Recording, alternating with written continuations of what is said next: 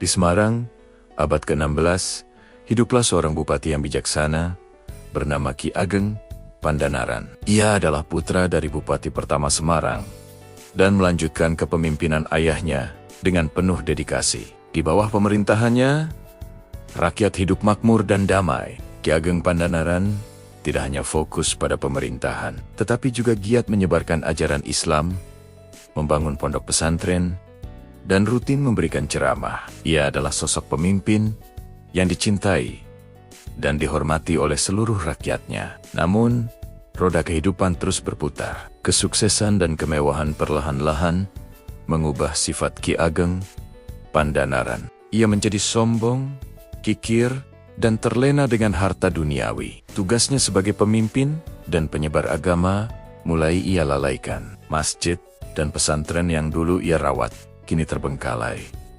Rakyat yang dulu ia bimbing, kini ia abaikan. Sifatnya yang dulu arif kini berganti menjadi angkuh. Melihat perubahan ini, Sunan Kalijaga, salah satu wali Songo, merasa prihatin. Beliau pun memutuskan untuk menyadarkan Ki Ageng Pandanaran dengan menyamar sebagai seorang penjual rumput yang miskin dan berpakaian compang-camping.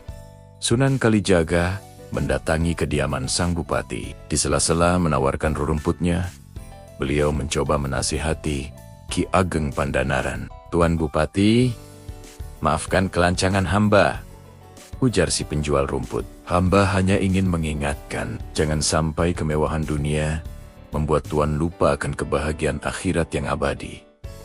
Bukannya sadar, Ki Ageng Pandanaran justru murka. "Siapa kau berani menasehatiku? Pergi dari sini," bentaknya sambil mengusir si penjual rumput.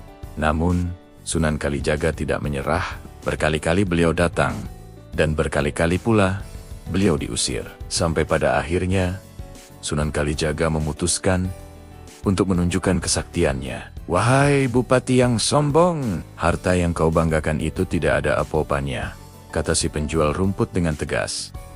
"Buktikan ucapanmu," tantang sang bupati. Sunan Kalijaga kemudian mengambil cangkul dan mulai mencangkul tanah di hadapannya. Ajaib. Setiap bongkahan tanah yang ia angkat berubah menjadi bongkahan emas murni. Melihat keajaiban itu, Ki Ageng Pandanaran gemetar. Ia sadar, penjual rumput di hadapannya bukanlah orang sembarangan. "Siapakah engkau sebenarnya?" tanyanya dengan suara bergetar. Sunan Kalijaga pun membuka penyamarannya. Betapa terkejutnya Ki Ageng Pandanaran saat mengetahui bahwa penjual rumput itu adalah gurunya, Sunan Kalijaga. Seketika, ia bersujud memohon ampun. "Ampuni saya Sunan, saya menjesal. Izinkan saya menjadi murid Sunan dan kembali ke jalan yang benar." Sunan Kalijaga menerima tobatnya dengan satu syarat.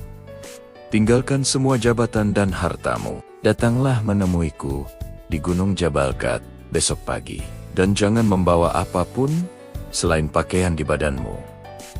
Dengan tekad yang bulat, Ki Ageng Pandanaran menyerahkan jabatannya kepada adiknya dan bersiap berangkat bersama istrinya. Namun, sang istri yang masih terikat pada harta dayam-dayam memasukkan semua perhiasannya ke dalam tongkat bambu yang ia bawa.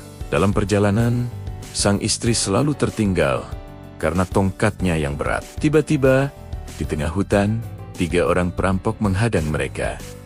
"Kang Mas, tolong, ada 3 orang perampok," teriak sang istri, ketakutan. Dalam bahasa Jawa, salah 3 berarti 3 yang salah atau perampok. Dan dari sinilah konon asal-usula nama kota Salatiga. Ki Ageng Pandanaran yang kini telah memiliki kesaktian berkat restu Sunan Kalijaga menghardik para perampok itu. Ucapannya yang sakti membuat pemimpin perampok seketika berubah wujud menjadi seekor domba. Takut dengan kesaktian itu, para perampok pun bertobat dan menjadi pengikut setia Ki Ageng Pandanaran. Setibanya di Gunung Jabalkat, Ki Ageng Pandanaran belajar dengan tekun di bawah bimbingan Sunan Kalijaga. Ia kemudian menjadi penyebar agama Islam yang hebat, dikenal dengan ajaran Patembayatan, yaitu semangat kerukunan dan gotong royong. Ia mendirikan perguruan dan masjid, serta mengajarkan cara bercocok tanam kepada penduduk. Daerah tempatnya mengajar itu kemudian dikenal dengan nama Bayat. Dan Ki Ageng Pandanaran pun mendapat gelar Sunan Tembayat atau Sunan Bayat.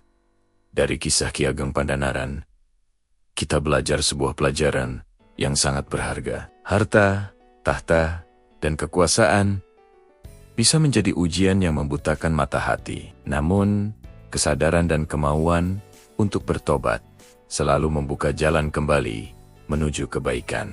Kisah ini mengingatkan kita untuk selalu rendah hati, tidak terlena oleh kemewahan dunia, dan selalu mengutamakan nilai-nilai kebaikan serta spiritualitas dalam hidup. Karena pada akhirnya, bukan harta yang kita kumpulkan, melainkan kebaikan yang kita sebarkanlah yang akan menjadi warisan abadi. Terima kasih sudah menonton. Jangan lupa like, komen, dan subscribe untuk cerita inspiratif lainnya. Sampai jumpa.